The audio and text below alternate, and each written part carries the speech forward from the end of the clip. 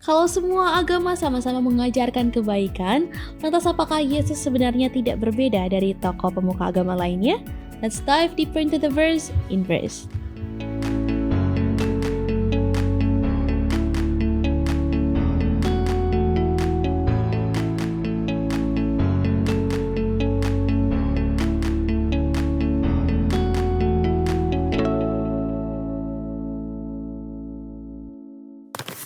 Selamat datang pada diskusi Alkitab Pemuda Inverse, dan kita masih membahas seri Apologetik Areopagus, dan kita sudah masuk pada episode ke-8 dengan judul Yesus itu berbeda.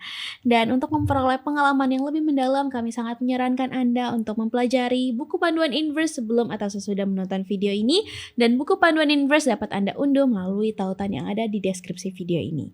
Baik, saya kembali lagi bersama dengan Ko Kevin dan Bunda Wilson. Shalom semuanya. Shalom semuanya. Oke, baik, kita buka diskusi ini dengan berdoa. Mari kita berdoa. Tuhan Allah Bapa kami yang berada dalam kerajaan surga, Bapa terima kasih atas berkat pimpinan-Mu. Kami mohon akan hikmat, akal budi, roh-Mu yang boleh menuntun kami dalam mempelajari pelajaran pekan ini. Terima kasih Bapa, di dalam nama Tuhan Yesus kami sudah berdoa dan mengucap syukur. Amin. Oke, judul pelajaran pekan ini adalah Yesus itu berbeda. Nah, apa tantangan apologetika yang akan kita bahas pada episode ini, Pendeta? Jadi kalau yang kita melihat, kadang-kadang bagaimana caranya menjembatani antara yang baik dengan yang benar. Oke. Lalu kemudian ini kan yang menjadi, karena semua baik, semua mengajarkan kebaikan, bagaimana punya moral, bagaimana punya etika, ya tentang mengasihi, tentang segala hal yang baik. Nah, pertanyaannya yang benarnya ini yang mana? Dan semua mengklaim sebagai yang benar. Kalau tadi dibilang bahwa dasar semua agama itu sama, sebenarnya mungkin kita perlu mundur ke 2 pelajaran lalu. Kalau tidak salah ada sekolah yang mengatakan bahwa starting point yang sama. Nah, kalau dibilang dasarnya itu sama, mungkin berbeda karena starting point-nya adalah sama-sama dunia yang penuh masalah penderitaan. Tapi dasarnya bisa berbeda. Nah, penderitaan ini kenapa? Karena memang dasarnya dunia ini jahat. Nah, ada yang seperti itu, ya kan? Ada juga yang dasarnya adalah bahwa ya sebenarnya sih bukan jahat atau baik, tapi memang kebaikan dan kejahatan itu selalu existing together gitu. Makanya di dalam dunia ini ada yang baik, ada yang jahat. Ada juga yang mengatakan enggak, dunia ini awalnya baik, tapi kemudian menjadi jahat karena suatu sebab. Nah, ini kan sebenarnya kan dasar yang berbeda, walaupun starting point-nya sama. Nah, dan ketika kita mau menjawab ini, mau tidak mau kita akan membahas mengenai memang awalnya seperti apa sih, lalu kenapa bisa seperti ini, lalu bagaimana kita bisa memperbaikinya, dan semuanya itu adalah ada Yesus di dalam hal ini. Ya, mungkin itu secara pembukanya seperti itu. Oke, kalau gitu kita akan baca Yohanes pasalnya 14 ayat 5-11 untuk menjawab tantangan apologetika ini. Baik, saya akan bacakan ayat 5, 6, 7. Yohanes 14. Kata Thomas kepadanya, Tuhan, kami tidak tahu kemana engkau pergi, jadi bagaimana kami tahu jalan ke situ? Kata Yesus kepadanya, Akulah jalan dan kebenaran dan hidup. Tidak ada seorang pun yang datang kepada Bapa kalau tidak melalui aku. Sekiranya kamu mengenal aku, pasti kamu juga mengenal Bapakku. Sekarang ini kamu mengenal dia dan kamu telah melihat dia. Lanjut dengan ayat 8.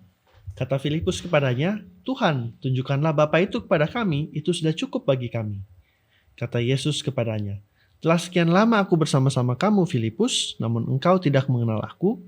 Barang siapa telah melihat aku, ia telah melihat Bapa. Bagaimana engkau berkata, tunjukkanlah Bapa itu kepada kami? Tidak percayakah engkau bahwa aku di dalam Bapa dan Bapa di dalam aku? Apa yang aku katakan kepadamu tidak aku katakan dari diriku sendiri, tetapi Bapa yang diam di dalam aku, dialah yang melakukan pekerjaannya. Percayalah kepadaku bahwa aku di dalam Bapa dan Bapa di dalam aku, atau setidak-tidaknya percayalah karena pekerjaan-pekerjaan itu sendiri. Oke, baik. Supaya kita tidak membaca perikop ini lepas dari konteksnya, apa yang sedang terjadi sebenarnya dalam Yohanes 14 ini saat Thomas itu bertanya, Tuhan, kami tidak tahu kemana engkau pergi gitu ya. Dan jadi bagaimana kami tahu jalan ke situ, dan mengapa respon Yesus di ayat 6 menjadi sangat penting. Jadi kalau kita baca sebenarnya ini kan di dalam Yohanes ini adalah mulai dari pasal 13-14 sampai seterusnya ini adalah saat-saat terakhir Yesus, ya kan? Terlebih khusus tentang bagaimana perjamuan terakhir. Dan perjamuan terakhir adalah kulminasi daripada pelayanan Yesus di dunia ini. Dan kalau kita baca di dalam ayat 14, disinilah Yesus sebagai yang akan segera menyelesaikan misinya, tugasnya, dan akan terpisah daripada para murid-muridnya ini, rindu ingin memberikan sesuatu. Lalu kemudian dia membuka dengan kata-kata, janganlah gelisah hatimu, percayalah kepada Allah, percayalah juga kepada aku pergi menyediakan tempat, aku akan kembali, dan seterusnya, dan seterusnya. Maka muncullah, bila mana itu adalah tujuannya, dan itu adalah suatu hal yang perlu murid-murid ini capai, atau tanggung, atau sabar menunggu, nah bagaimana? Apa yang bisa mereka lakukan? Ya kan?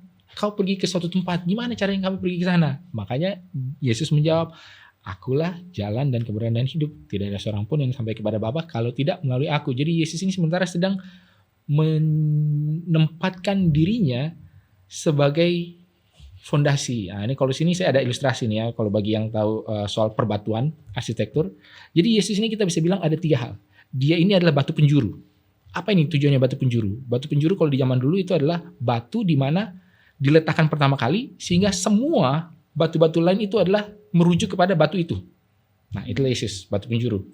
Lalu kemudian yang kedua, Yesus ini sebagai keystone. Kalau tadi cornerstone, ya ini keystone, batu pengunci. Ya, tadi seperti kita sudah bahas di episode yang lalu, bahwa Yesus inilah yang bisa mengunci atau bisa menyeimbangkan 2 hal antara Allah yang kasih dengan Allah yang adil. Lalu kemudian Yesus ini juga adalah capstone. Capstone ini adalah batu puncak atau batu penutup. Jadi kalau semua barang udah selesai, kalau tugu ini udah selesai, batu yang paling atasnya, inilah Yesus itu. Artinya apa?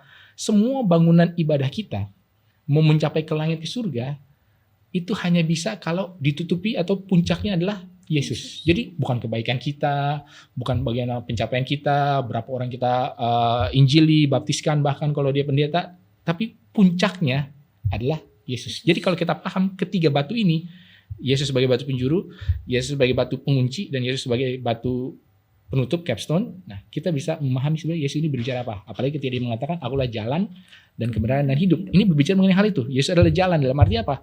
Yang menunjukkan jalannya, di cornerstone. Yesus adalah kebenaran. Dialah yang bisa menyeimbangkan yang mana yang baik, kurang, lebih, apa segala. Lalu Yesus adalah hidup. Jadi apa? Puncaknya adalah ya Yesus itu. Bukanlah soal mengenai bagaimana manusia itu bisa happy, senang, sukacita, tidak. Tapi puncak daripada ibadah di dalam kekristenan adalah mengenal siapa itu Allah. Mungkin seperti itu. Oke, lalu bagaimanakah? Kalau tadi sudah jelaskan pendeta seperti itu, bagaimana Yesus boleh lebih dari sekedar guru dan pemimpin agama, dan beda dari pemimpin agama lainnya lah? Atau mungkin kalau kita telik lagi ke belakang kan ada petapa-petapa dulu, beda-beda di dinasti-dinasti itu kan. Nah, Yesus ini bedanya apa kalau gitu? Ya, jadi Yesus berbeda secara mendasar dari tokoh-tokoh agama yang lain ya. Ada dalam beberapa hal ya. Yang pertama tadi sudah sempat disinggung, fondasi iman itu. Kekristenan itu kalau nggak ada Yesus itu nggak akan ada yang berdiri. Ya kan? Agama-agama lain mungkin bahkan tanpa dia punya pendiri, dengan keajaran-ajaran kebaikannya mungkin masih bisa tetap berlanjut. Iya. Tapi kalau kekristenan tanpa Yesus, udah otomatis itu udah nggak akan jalan lah, semuanya runtuh. Ya kan? Kemudian Yesus itu punya identitas ganda yang unik. Yang mana dia mengklaim diri adalah Allah, sepenuhnya Allah, dan juga sepenuhnya manusia secara bersamaan. Jadi dia punya identitas ganda itu. Kemudian ketiga, Yesus menawarkan solusi bagi dosa. Jadi kalau tokoh-tokoh lain menawarkan cara-cara atau sistem-sistem perbuatan bagaimana untuk bisa memperoleh hidup yang kekal atau nirvana atau ke afterlife, Yesus itu tawarkan pengampunan dan juga kelahiran baru bagi kehidupan seorang Kristen. Jadi mungkin dalam hal-hal itu Yesus berbeda. Oke. Dan banyak juga tapi yang menyangkal keberadaan Yesus sebenarnya.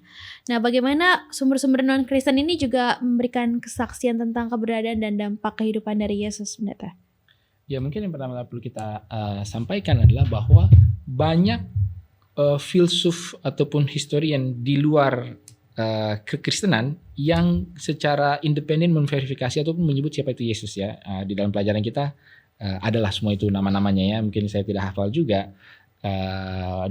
ditulis. Nah ini yang penting, ditulis hanya dalam kurun waktu kurang lebih 100 tahun sesudah Yesus hidup, gitu kan.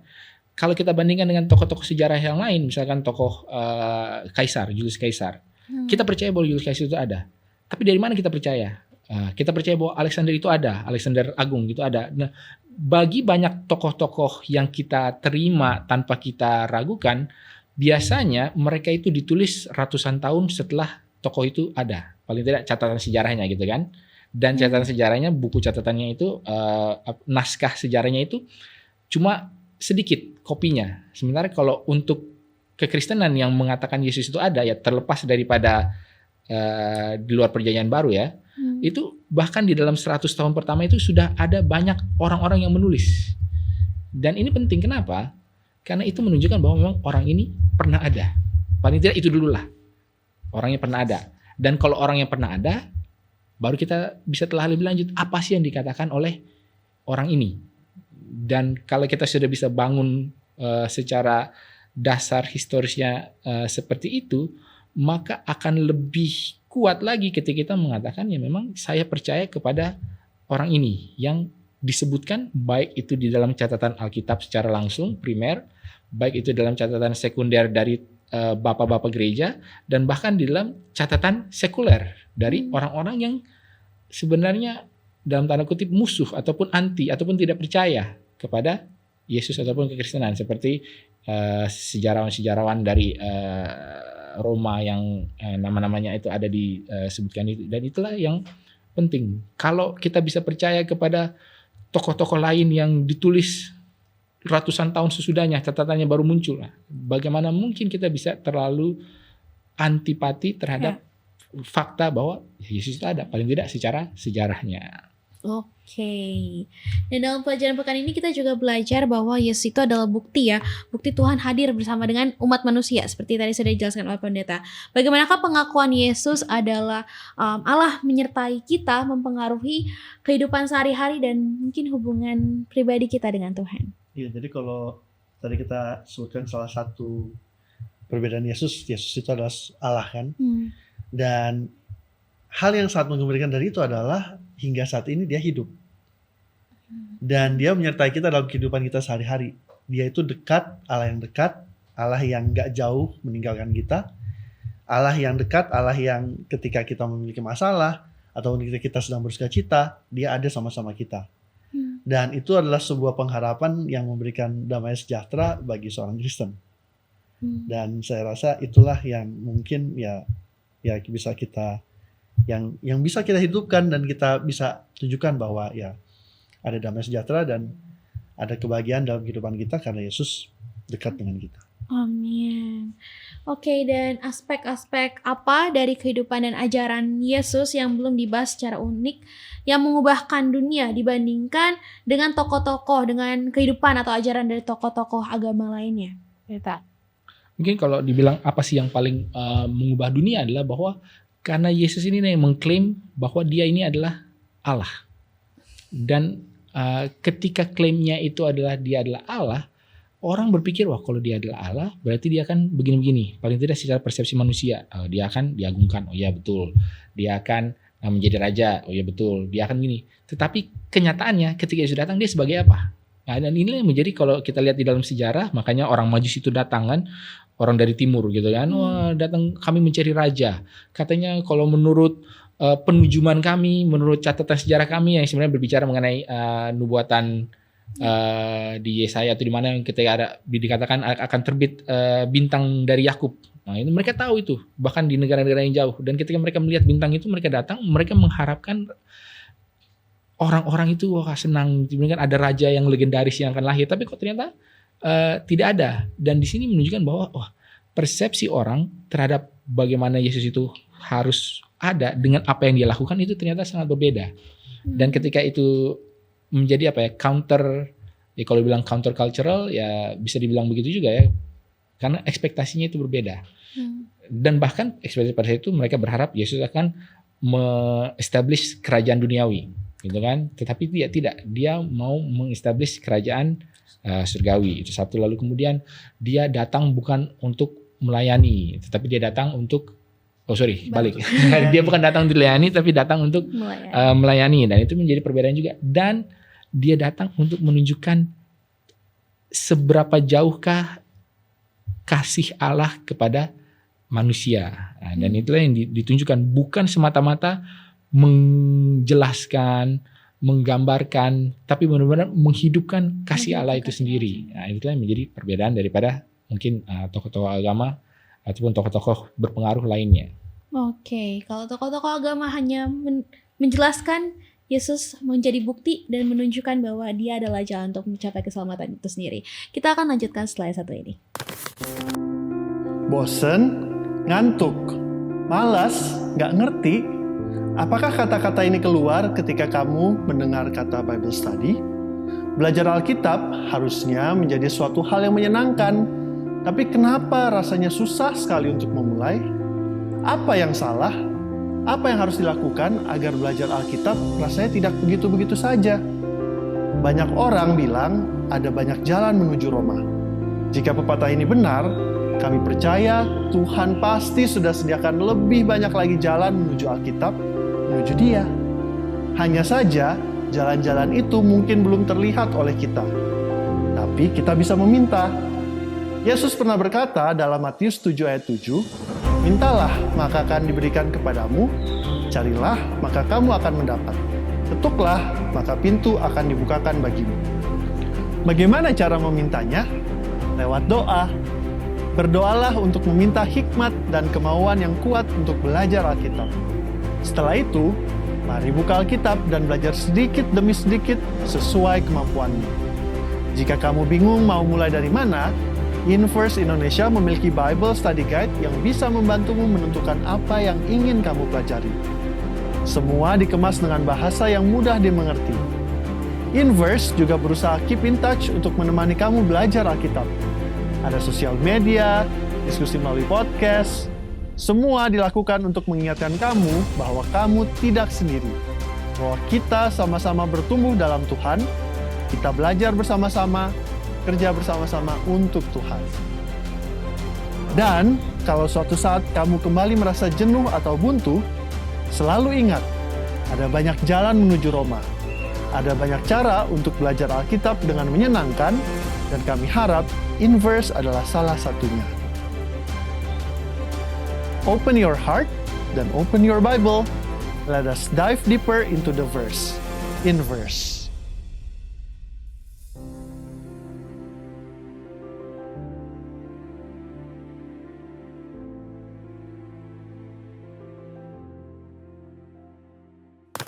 Terima kasih Sobat Inverse untuk tetap bersama-sama dengan kami.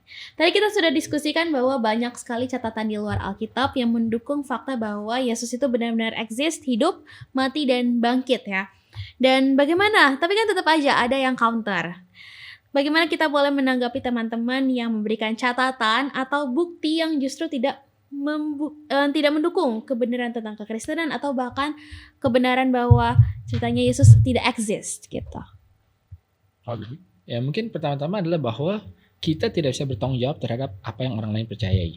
Betul. Karena di zaman sekarang ini, apalagi kalau di dalam era post-truth, artinya apa? Apalagi di era postmodern juga adalah semua mengatakan mereka punya kebenaran.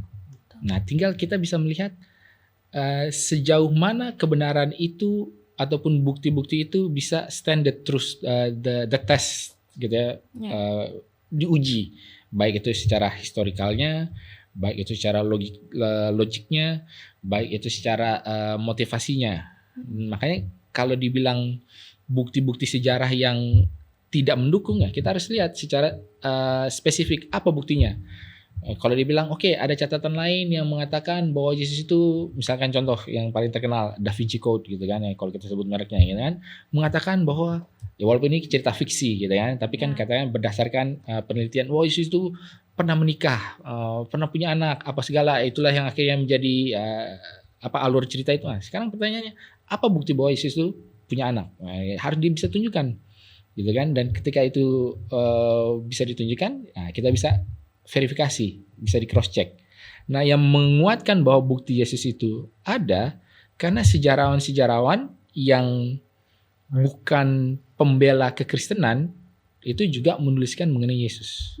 Kalau dibilang ada sejarawan lain yang tidak menuliskan, ya kita tidak bisa menggunakan, kalau orang bilang tuh argument from silence gitu loh. Karena dia nggak nulis artinya Yesus tidak ada. Ya, itu tidak bisa. Berarti harus dibuktikan yang lainnya. Ataupun hal yang lain bisa dilakukan adalah mempertanyakan keabsahan daripada catatan sejarah yang mendukung bahwa Yesus itu ada. Nah, masalahnya adalah di dalam manuskrip Perjanjian Baru, itu manuskrip Perjanjian Baru yang paling tidak kitab Injilnya atau dan surat-surat Paulus itu dari sejak tahun 90 Masehi. Nah, ini kan Yesus kan hidup daripada zaman tahun 30-an ya kan. Lalu kemudian Paulus tahun 60-70-an. Dan di tahun 90 itu artinya kan hanya sekitar selang 40-50 tahun. Orang-orang yang saksi sejarahnya itu masih ada. Sehingga apa? Bisa memverifikasi, oh enggak, yang ditulis itu enggak ada, dan pasti kan akan beredar sanggahan, bantahan. Tapi kita lihat itu bantahan-bantahan itu tidak ada. Nah, sekarang kalau gitu pertanyaannya, oh ya itu sudah disensor oleh gereja. Nah, sekarang pertanyaannya, pada saat itu apakah gereja berkuasa? Nah, yang berkuasa ini kan Roma, gitu. Apakah Roma itu mendukung kekristenan? Tidak sampai sekitar tahun 400-an sampai 350 katanya Konstantin bertobat menjadi Kristen dan menjadikan Kristen itu agama nasional. Jadi ketika orang mengatakan bukti sejarah, ya kita perlu telah lebih lanjut. Ya mungkin kita terima aja, jangan langsung ditolak, langsung kita berpolemik. Tetapi kalau mau menggunakan bukti sejarah itu bisa diverifikasi. Mungkin seperti itu cara menjawabnya. Ya, dan nubuatan juga kalau kita lihat dari nubuatan Alkitab bagaimana timingnya sangat presisi ya. Aku rasa itu juga menambahkan kredibilitas lah kepada adanya Yesus. Dan juga tentunya kalau kita belajar sejarah gereja, bagaimana ketika zaman kegelapan semua itu coba dilenyapkan, tapi bagaimanapun Tuhan punya cara untuk bisa melestarikan pengetahuan-pengetahuan akan kebenaran ini, sehingga ya aku rasa itu sudah melewati juga ujian waktu yang berkali-kali gitu, bukan bahkan dari orang-orang yang mengaku umat Tuhan pun sendiri yang mencoba untuk melenyapkan pengetahuan akan kebenaran itu, Tuhan berhasil untuk bisa lewatkan dari masa-masa itu. Jadi ya aku rasa sebenarnya sudah cukup kuat bukti-bukti saat ini. Oke, dan dalam pelajaran pekan ini kebenaran bukan hanya soal apa, tapi tentang siapa gitu. Sebagai orang Advent kan kita selalu bersemangat misalnya memperkenalkan sahabat atau makanan tanpa memperkenalkan atau tanpa mengaitkan sahabat itu tentang Yesus. Kita makanan itu kenapa tidak ada Yesusnya yang selalu kita agungkan adalah sahabat, makanan cukup sampai situ saja. Nah, bagaimana kita boleh membedakan kapan perlu menjelaskan apa yang kita percaya dan kapan perlu memperkenalkan juga siapa yang kita percaya? Aku rasa itu harusnya berjalan beriringan ya, karena apa yang kita percaya ini sebenarnya dasarnya ya balik lagi. Tadi di awal dikatakan bahwa fondasi dari kepercayaan kita itu adalah Yesus sendiri. Sehingga apapun yang dibangun di atasnya itu ya pada akhirnya dasarnya adalah Yesus sendiri, dan Yesus yang menyempurnakan nanti pada akhirnya kan. Sehingga gak bisa kita cuma pisahkan itu semua.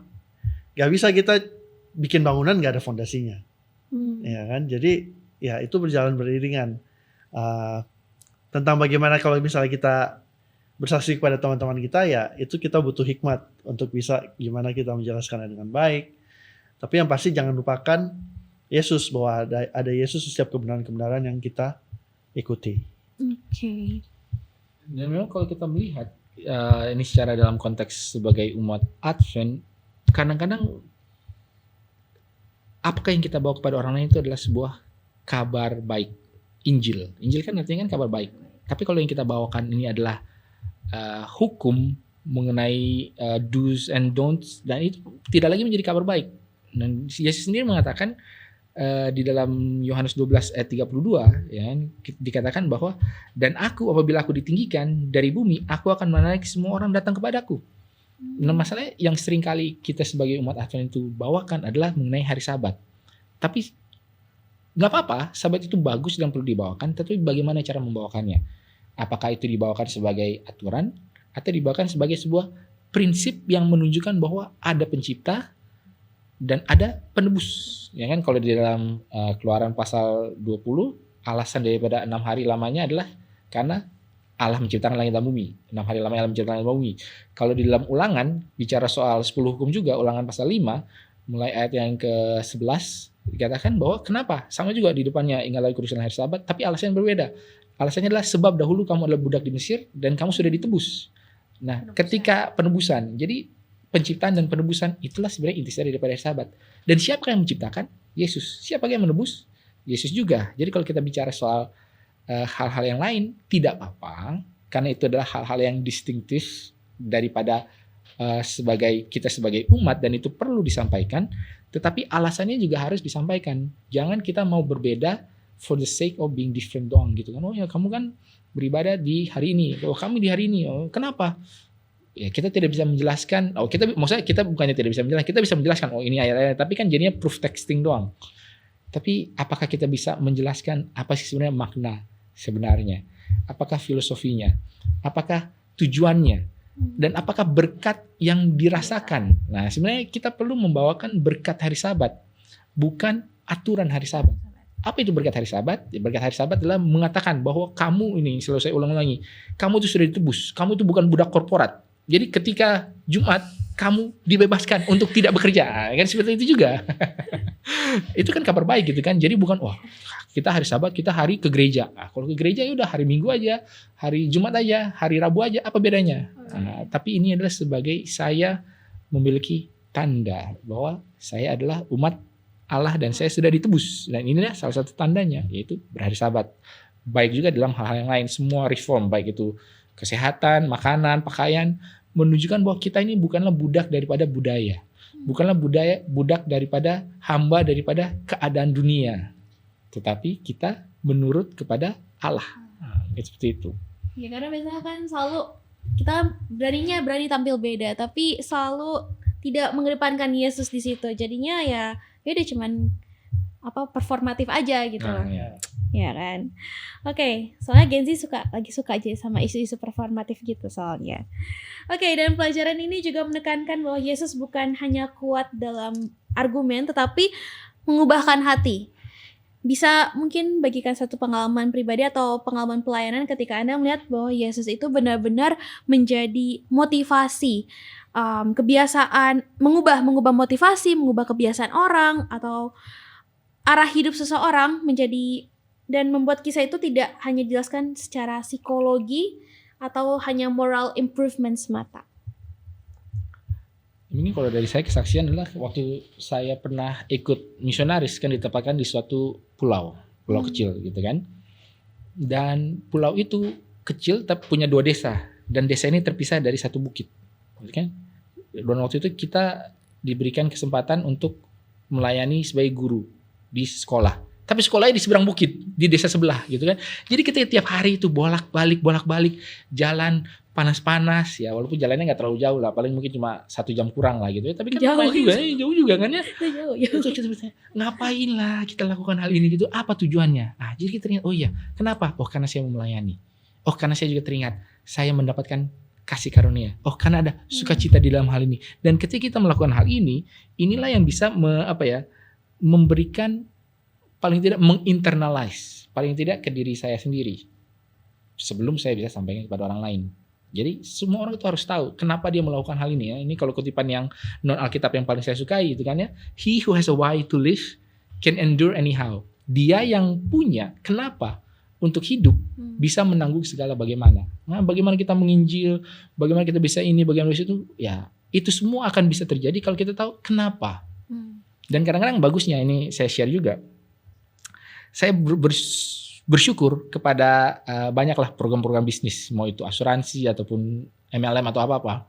Karena saya jadi melihat, oh ini anak-anak muda yang kalau dulu waktu PA saya suruh kok nggak berani, tapi begitu ada bisnis yang mendatangkan cuan bagi mereka, semua berani gitu loh bicara. Artinya apa? Mereka sudah mendapatkan benefitnya, makanya berani bicara. Nah, kalau kita belum mendapatkan benefitnya, ya tentu kita tidak akan berani bicara. Betul. Nah, mungkin menjadi pertanyaan, apakah kita sudah mendapatkan benefit, keuntungan, cuan dari mengikut Tuhan? Kalau kita belum, ada 2 hal. Satu, memang belum. Kalau memang belum, minta.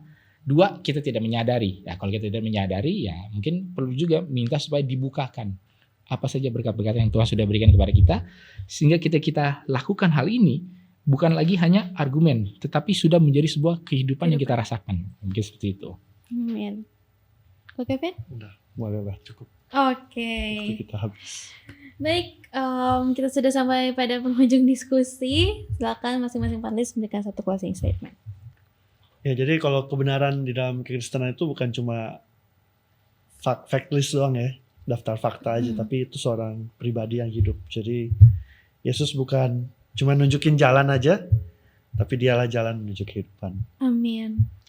Jadi dalam Kolose 1 ayat 15 dikatakan, ia, berbicara soal Yesus, ia adalah gambar Allah yang tidak kelihatan, yang sulung lebih utama dari segala yang diciptakan, karena di dalam dialah telah diciptakan segala sesuatu yang ada di surga dan yang ada di bumi, yang kelihatan dan yang tidak kelihatan, baik singgasana maupun kerajaan, baik pemerintah maupun penguasa.